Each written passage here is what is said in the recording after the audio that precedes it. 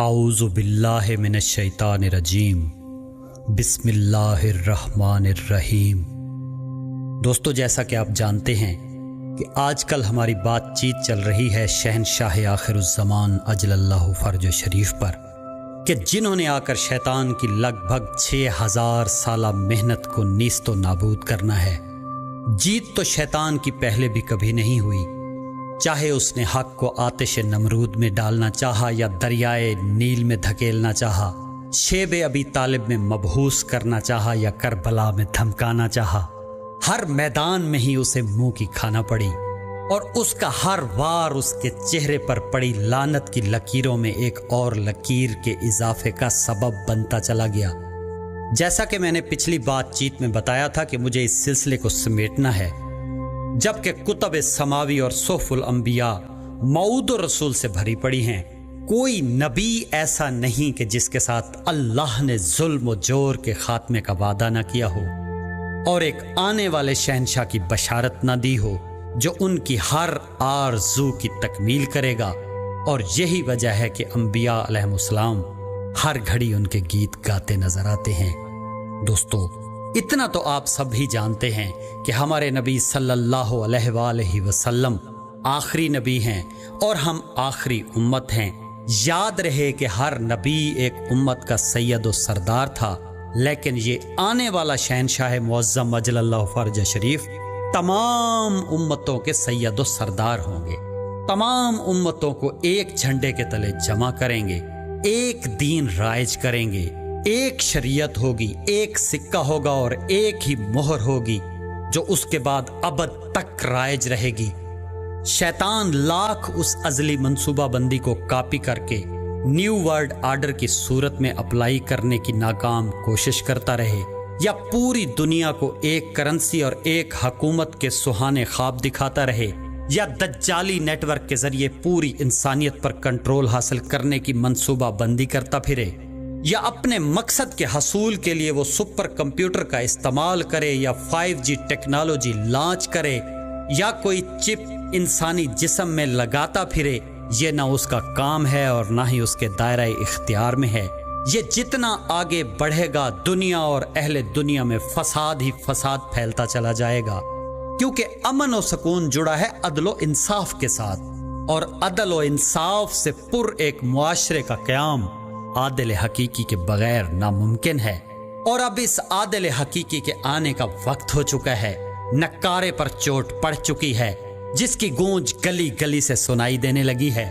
جو نہ صرف زمین و آسمان، دریاؤں اور سمندروں میں موجود مخلوقات یعنی عالم جمادات، عالم نباتات، عالم حیوانات اور جن و انس میں عدل قائم کریں گے، بلکہ صدیوں سے زمین کی تہ میں گم شدہ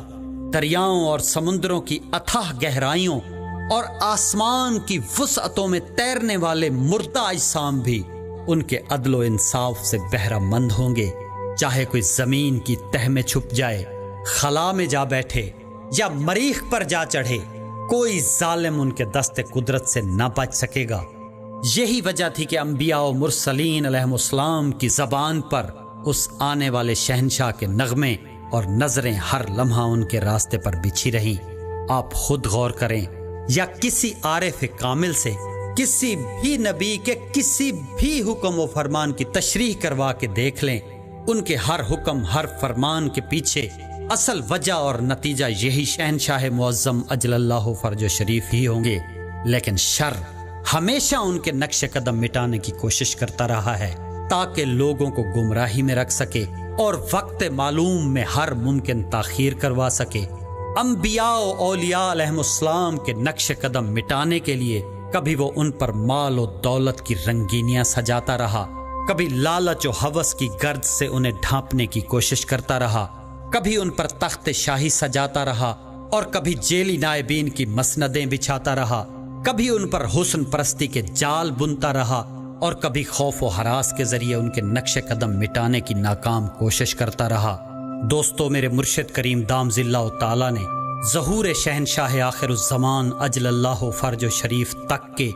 تمام حالات و واقعات سے بھی اپنی جماعت کو آگاہ فرمایا تھا، شر کے تمام ہتھ کنڈوں سے بھی پردے ہٹائے تھے اور بمطابق ظرف ہمیں حق کی حکمت عملی سے بھی آگاہ فرمایا تھا، جن میں سے صرف وہ جو کسی اوپن فورم پر بیان کیے جا سکتے ہیں انہیں میں آہستہ آہستہ آپ کے سامنے لا رہا ہوں، اور مجھے 100% یقین ہے کہ یہ سارا کام آج بھی ان کی زیر نگرانی ہو رہا ہے، کیونکہ میں حلفاً عرض کر رہا ہوں کہ میں نے آج بھی وہ نظم پیش کرنے کا پروگرام بنایا تھا جس کا میں نے پچھلی دفعہ ذکر کیا تھا، لیکن اچانک میری آنکھوں کے سامنے ایک منظر آ گیا۔ سن 2001 کی یہ بات ہے، میرے پاک مرشد دام ذلہ تعالیٰ کا کمرہ ہے۔ کچھ ہی دیر پہلے چند مہمانوں سے بات چیت کے دوران انہوں نے اپنی لائبریری میں سے ایک کتاب منگوائی تھی، غالباً انہیں کوئی ریفرنس دکھانا تھا۔ مہمان جا چکے تھے، میں اور سردار احمد خان لنڈ آف فتح جنگ بھی اس محفل کا حصہ تھے۔ مہمان جانے کے بعد ہم کافی دیر وہاں بیٹھے رہے،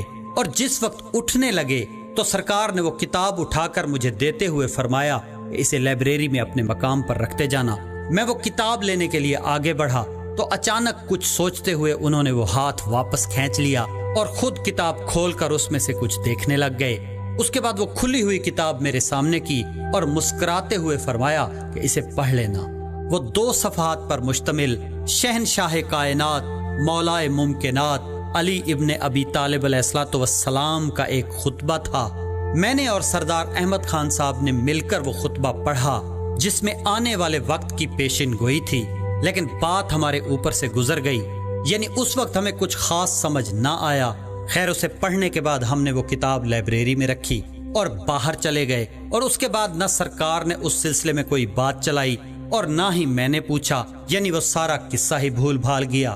آج 19 سال کے بعد جس وقت میں یہ ایپیسوڈ ریکارڈ کرنے لگا تو اچانک میری آنکھوں کے سامنے وہ سارا منظر گھوم گیا۔ رات کے 2 بجے کا ٹائم تھا، میرے موبائل پر کوئی میسج آیا تھا جس کی بیل نے مجھے چونکا دیا اور اس منظر سے واپس کھینچ لیا۔ یہ سید فائق عباس صاحب کا میسج تھا۔ میں نے فوراً اس خطبے کا ان سے ذکر کیا کہ آپ کا مطالعہ وسیع ہے، کیا کوئی ایسا خطبہ کسی کتاب میں موجود ہے جس میں روشن ستارے کا ذکر ہو جو مشرق سے طلوع ہوگا؟ کیونکہ مجھے صرف اتنا ہی اس وقت یاد تھا۔ المختصر انہوں نے مجھے 2 امیجز بھیج دیے جنہیں پڑھ کر میں حیران رہ گیا۔ کتنی ہی دیر مجھ میں ہلنے جلنے کی سکت نہ رہی، ایسا لگتا تھا جیسے دماغ ایک نقطے پر آ کر رک گیا ہے۔ خیر، اس وقت میں وہ خطبہ آپ کے سامنے پیش کرنا چاہتا ہوں، لیکن میری آپ سے ایک گزارش ہے کہ اس خطبے کے ہر لفظ کو سنتے ہوئے ایک بات آپ کے ذہن میں رہنی چاہیے کہ یہ خطبہ مولا امیر کائنات علیہ الصلوۃ والسلام کا ہے، کسی جمن شاہی کا نہیں ہے۔ لیکن چونکہ یہ میرے اس سلسلے کا سب سے اہم حصہ ہے،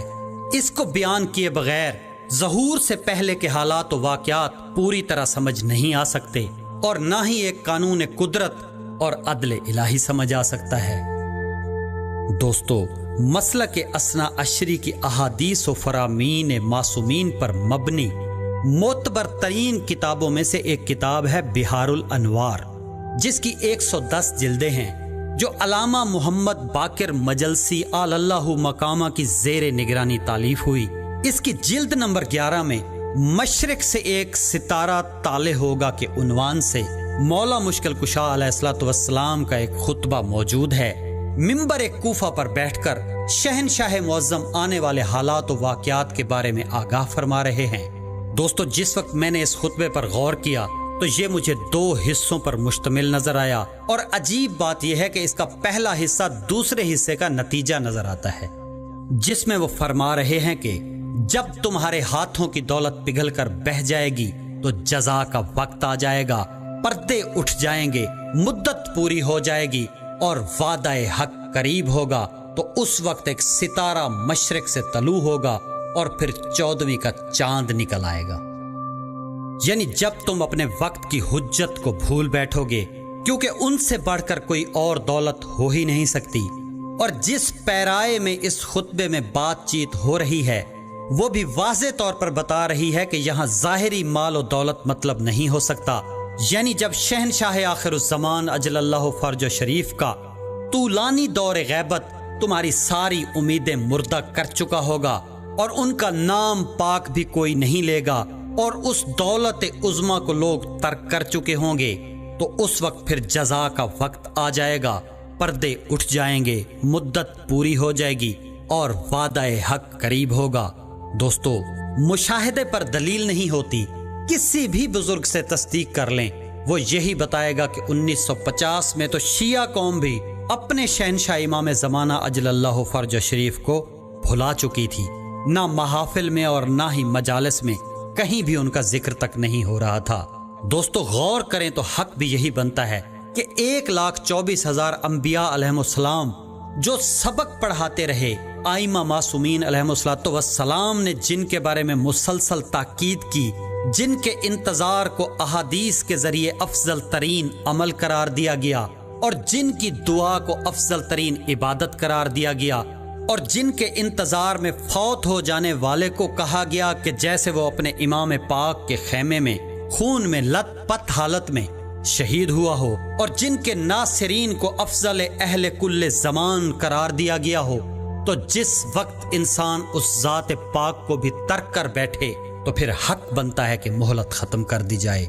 اسی لیے فرمایا جا رہا ہے تو جزا کا وقت آ جائے گا، پردے اٹھ جائیں گے، مدت پوری ہو جائے گی اور وعدہ حق قریب ہوگا۔ دوستو، جتنی امتوں پر عذاب آئے ہیں ان کی تاریخ اٹھا کر دیکھیں،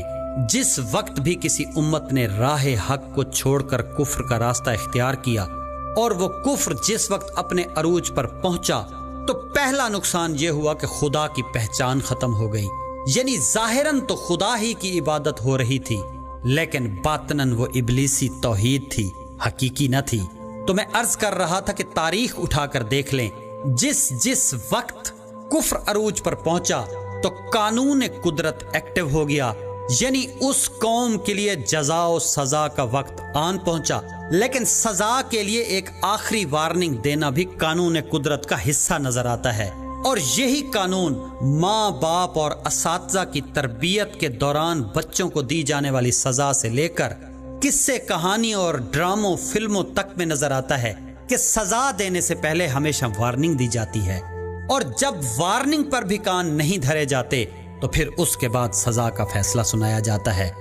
دوستو، اب ذرا باقی امتوں کی طرح امت رسول صلی اللہ علیہ وآلہ وسلم پر نظر کریں، شہنشاہ انبیاء صلی اللہ علیہ وآلہ وسلم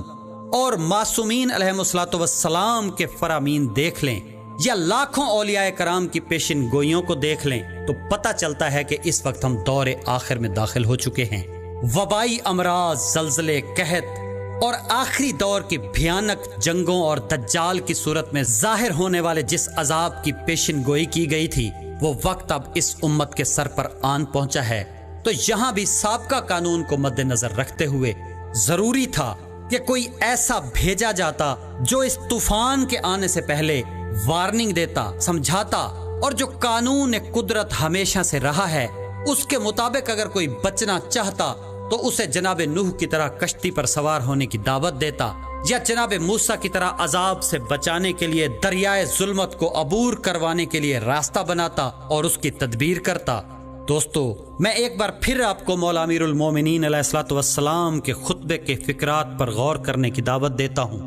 انہوں نے فرمایا کہ جب تمہارے ہاتھوں کی دولت پگھل کر بہہ جائے گی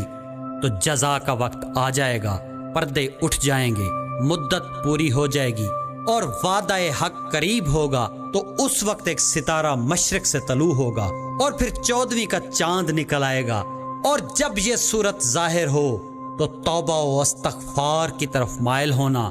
گناہ ترک کرنا، اور یاد رکھنا اگر تم لوگوں نے اس مشرق سے طلوع ہونے والے کی اطاعت کی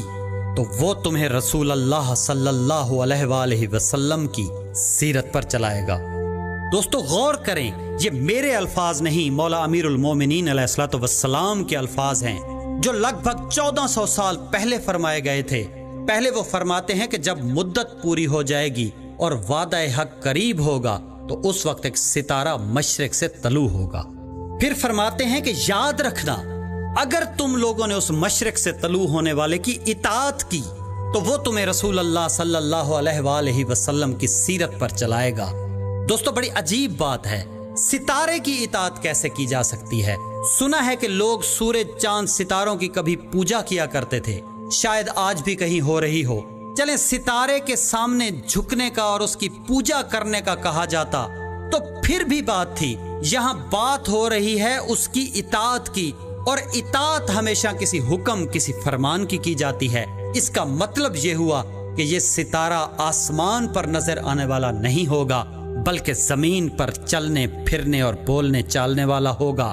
جو احکامات الہی اور فرامین معصومین علیہم الصلوۃ والسلام پڑھ پڑھ کے سنائے گا۔ اور اگر لوگوں نے اس کی بات مان لی تو پھر بقول مولا مشکل کشا علیہ الصلوۃ والسلام وہ تمہیں رسول اللہ صلی اللہ علیہ وآلہ وسلم کی سیرت پر چلائے گا، تمہارا بہرا پن اور گنگا پن دور کر دے گا، محنت و مشقت سے بچو گے، تمہاری گردنوں کا بوجھ ہلکا ہو جائے گا۔ اللہ تعالیٰ اپنی رحمت سے اسی کو دور رکھے گا جو اس کی رحمت کا منکر ہوگا اور بارگاہ عصمت کو چھوڑ دے گا، اور ظالموں کو عنقریب معلوم ہو جائے گا کہ وہ کس انقلاب کے دھارے میں بہہ گئے۔ دوستو غور کریں، مدت پوری ہو جائے گی اور وعدہ حق قریب ہوگا، یعنی یہ جس ستارے کی طرف اشارہ کیا جا رہا ہے وہ اس عذاب یا اس دور فتن سے کچھ پہلے وارننگ دینے کے لیے آئے گا، اور جو ان کی اطاعت کریں گے انہیں بشارتیں دی جا رہی ہیں، اور جو ان کی اطاعت نہیں کریں گے انہیں فرمایا جا رہا ہے کہ ظالموں کو عنقریب معلوم ہو جائے گا کہ وہ کس انقلاب کے دھارے میں بہہ گئے۔ دوستو جس وقت میں نے یہ خطبہ پڑھا میرے ذہن میں ایک خیال آیا جس نے مجھے ششدر کر کے رکھ دیا۔ میں نے کانپتے ہوئے ہاتھوں سے انٹرنیٹ پر ورلڈ میپ کھولا اور کوفہ کو سرچ کیا، اس پر نشان لگایا، اور پھر جمن شاہ سرچ کیا، اس پر نشان لگا کر جس وقت ایک خط استوا کھینچا اور ورلڈ میپ کو زوم آؤٹ کیا تو میرے سامنے یہ نقشہ آیا جو اس وقت آپ کے سامنے ہے، اور خدا گواہ ہے کہ میں نے بھی یہ نقشہ آج پہلی بار دیکھا ہے، اور آپ بھی دیکھ رہے ہیں کہ کوفہ سے بالکل مشرق کی سمت میں ہے جمن شاہ، اور شہنشاہ معظم فرما رہے ہیں کہ جب مدت پوری ہو جائے گی اور وعدہ حق قریب ہوگا تو اس وقت ایک ستارہ مشرق سے طلوع ہوگا اور پھر 14ویں کا چاند نکل آئے گا۔ اگر جان کی امان پاؤں تو میں یہ کہنے میں حق بجانب ہوں کہ شہنشاہ نجف علیہ الصلوۃ والسلام کا یہ خطبہ جمن شاہ میں مسند نشین ہونے والے ان کے پاک لال کی ذات پاک اور ان کے مشن و مقصد کی صداقت پر ایک مہر ہے۔ دوستو میں اس ستارے کا پاک نام تلاوت کرنا چاہتا ہوں تاکہ کسی ذہن میں کوئی ابہام باقی نہ رہ جائے، اور آپ سے گزارش ہے کہ میرے ساتھ صلوات پڑھ کے سر کو جھکا لیں، کیونکہ ان کی تعظیم اس کائنات میں موجود ہر حلال زادے پر واجب ہے۔ شہنشاہ نجف علیہ الصلوۃ والسلام فرما رہے ہیں کہ اس وقت ایک ستارہ مشرق سے طلوع ہوگا اور پھر 14ویں کا چاند نکل آئے گا۔ اللہم صلی علی محمد و آل محمد و اجل فرج آل محمد۔ میرے ماں باپ آل اولاد اور اسباب حیات سب کچھ ان کے پاک نام پہ قربان ہو۔ اس ستارے کا نام پاک ہے محسن اعظم السید طالب حسین نقوی البخاری سرکار، اور جس چاند کے بارے میں فرمایا جا رہا ہے اس کا پاک نام ہے السید محمد جعفر الزمان نقوی البخاری سرکار۔ دوستو میں کوئی بات بغیر دلیل کے نہیں کر رہا، آج بھی وقت ہے تعصب کی پٹی کو آنکھوں سے اتار کر مولا مشکل کشا علیہ الصلوۃ والسلام کے اس خطبے پر غور کر لیں، ہو سکتا ہے کہ پھر پچھتانے کا وقت بھی نہ ملے۔ مولا مشکل کشا علیہ الصلوۃ والسلام نے فرمایا کہ یاد رکھنا، اگر تم لوگوں نے اس مشرق سے طلوع ہونے والے کی اطاعت کی تو وہ تمہیں رسول اللہ صلی اللہ علیہ وآلہ وسلم کی سیرت پر چلائے گا۔ اس کے ثبوت کے لیے میں کچھ نہیں کہنا چاہتا، صرف اتنا عرض ہے کہ 10 مارچ 1965 کو جامعۃ المنتظر لاہور میں ایک تقریب منعقد ہوئی جس میں ملک بھر کے طول و عرض سے علماء صاحبان نے شرکت فرمائی، جس میں مناظر اعظم مولانا محمد اسماعیل بھی شامل تھے۔ ان سے سوال کیا گیا کہ آپ منتظرین امام آخر الزمان اجل اللہ فرج شریف کے ایمانی مرکز جمن شاہ میں مسلسل حاضری دیتے ہیں، وہاں آپ نے کیا پایا؟ تو انہوں نے تمام علماء کرام سے فرمایا کہ پھر توجہ فرمائیں اور سنیں کہ انتظار امام آخر الزمان کا اگر کوئی مرکز ہے تو فقط وہ جمن شاہ ہے۔ پھر انہوں نے فرمایا کہ اگر دین طہارت میں بند ہے تو وہاں ہے، اگر دین رزق حلال و طیب و مزکہ میں بند ہے تو وہاں ہے، اگر دین علم و عرفان میں بند ہے تو وہاں ہے، اگر دین تحفظ ناموس سادات میں بند ہے تو وہاں ہے، اگر دین اجر رسالت مآب صلی اللہ علیہ وآلہ وسلم کی ادائیگی میں بند ہے تو وہاں ہے، اگر دین مہمان نوازی میں بند ہے تو وہاں ہے، اگر دین غربا اور یتیما پروری میں بند ہے تو وہاں ہے، اگر دین اخلاق حسنہ میں بند ہے تو وہاں ہے، اگر دین تقوی میں بند ہے تو وہاں ہے، اگر دین غیرت میں بند ہے تو وہاں ہے، اگر دین شرافت و عصمت میں بند ہے تو وہاں ہے، اگر دین حقوق پروردگار و حقوق العباد میں بند ہے تو وہاں ہے، اگر دین معرفت خدا اور خاندان تطہیر میں بند ہے تو وہاں ہے، اگر دین پردہ و حیا میں بند ہے تو وہاں ہے، اگر دین عزاداری شہنشاہ کربلا علیہ الصلوۃ والسلام میں بند ہے تو وہاں ہے، اگر دین عبادت الہی میں بند ہے تو وہاں ہے، اگر دین ادائیگی حق کے سیدہ میں بند ہے تو وہاں ہے، اگر دین سخاوت مسلسل میں بند ہے تو وہاں ہے، اگر دین فرائض انسانیت میں بند ہے تو وہاں ہے، اگر دین بردباری میں بند ہے تو وہاں ہے، اگر دین ماتم مظلومین میں بند ہے تو وہاں ہے، اور اگر دین ادب و احترام میں بند ہے تو وہاں ہے۔ کاش وقت ہوتا تو میں آپ کے سامنے ایک ایک فکرے پر ثبوت و دلائل کے ڈھیر لگا دیتا کہ کیسے انہوں نے عملی طور پر سیرت رسول خدا صلی اللہ علیہ وآلہ وسلم پر چل کر دکھایا، کس طرح انہوں نے مجھ جیسے لوگوں کے بہرے اور گنگے پن کو دور کیا، کس طرح ہمیں محنت و مشقت سے بچایا، کس طرح ہماری گردنوں کا بوجھ ہلکا کیا اور رحمت الہی کا ہم پہ سایہ کیا جو انشاءاللہ ابد تک قائم و دائم رہے گا۔ دوستو، ان کے افکار اب کسی سے پوشیدہ نہیں ہیں۔ ان کی کسی بھی کتاب کا ایک چیپٹر پڑھ لیں یا زیادہ نہیں تو ان کی کوئی سی ایک مجلس سن لیں، اگر آپ نے تھوڑی سی بھی توجہ کر لی تو پھر اسی میں سے ہی میری تمام باتوں کی صداقت کی خوشبو محسوس ہو جائے گی۔ وقت کم ہے، اس لیے میں اس بات کو یہاں مزید لمبا نہیں کرنا چاہتا۔ ہاں، میں نے جو اس پاک خطبے کی تشریح کی ہے، اگر کسی کے اس سلسلے میں تحفظات ہوں تو دروازہ کھلا ہے، انشاءاللہ ثبوت و دلائل کے ساتھ بات ہوگی۔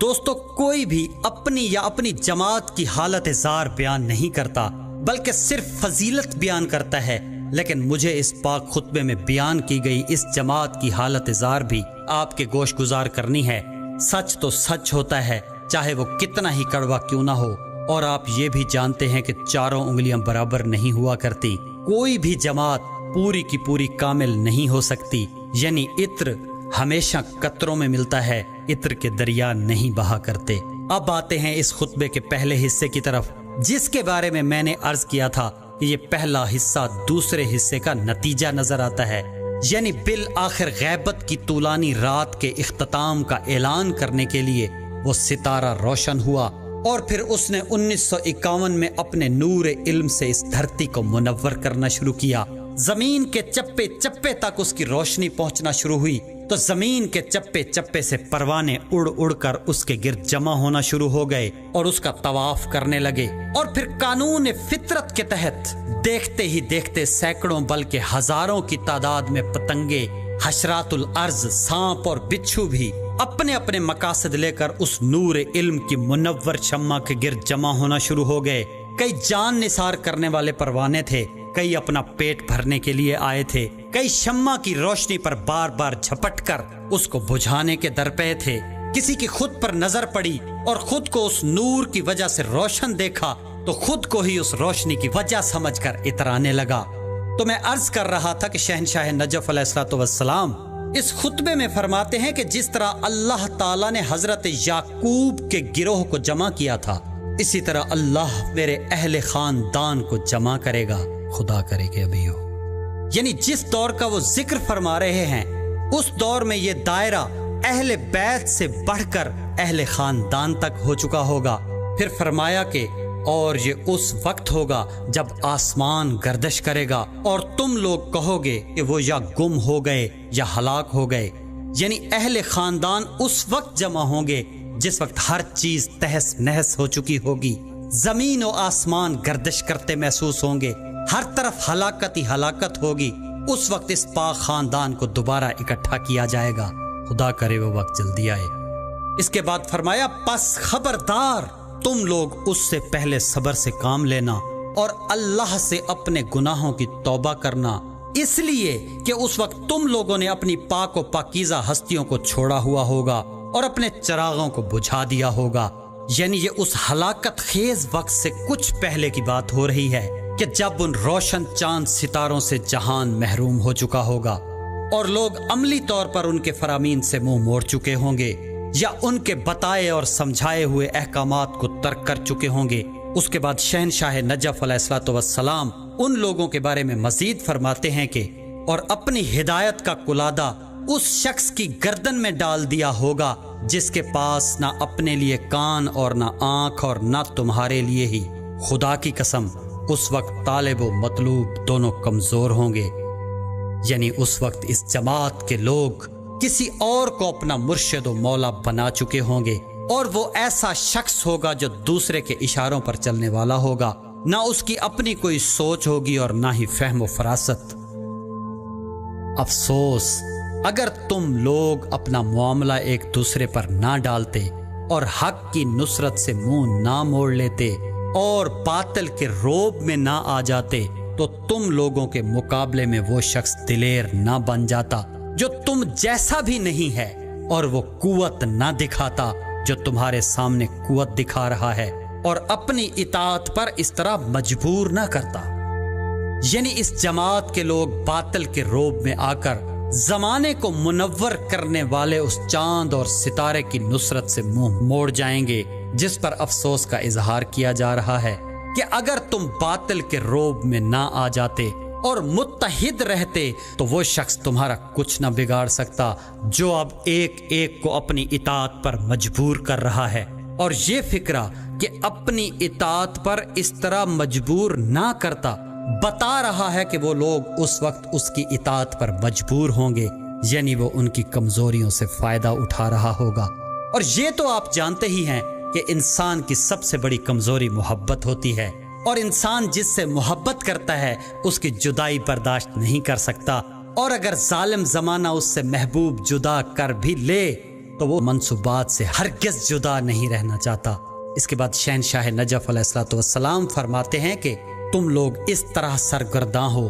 جس طرح بنی اسرائیل حضرت موسیٰ علیہ السلام کے زمانے میں سرگرداں اور گمراہ تھے، اور میں سچ کہتا ہوں کہ تم لوگ میرے بعد میری اولاد کو ستاؤ گے تو اس سے بھی کئی گنا زیادہ سرگرداں اور گمراہ ہو جاؤ گے جتنا بنی اسرائیل وادی تہ میں سرگرداں اور گمراہ ہو گئے تھے۔ یعنی ان روشن زوات کو ستانے والوں کا انجام بھی بنی اسرائیل کی طرح ہوگا۔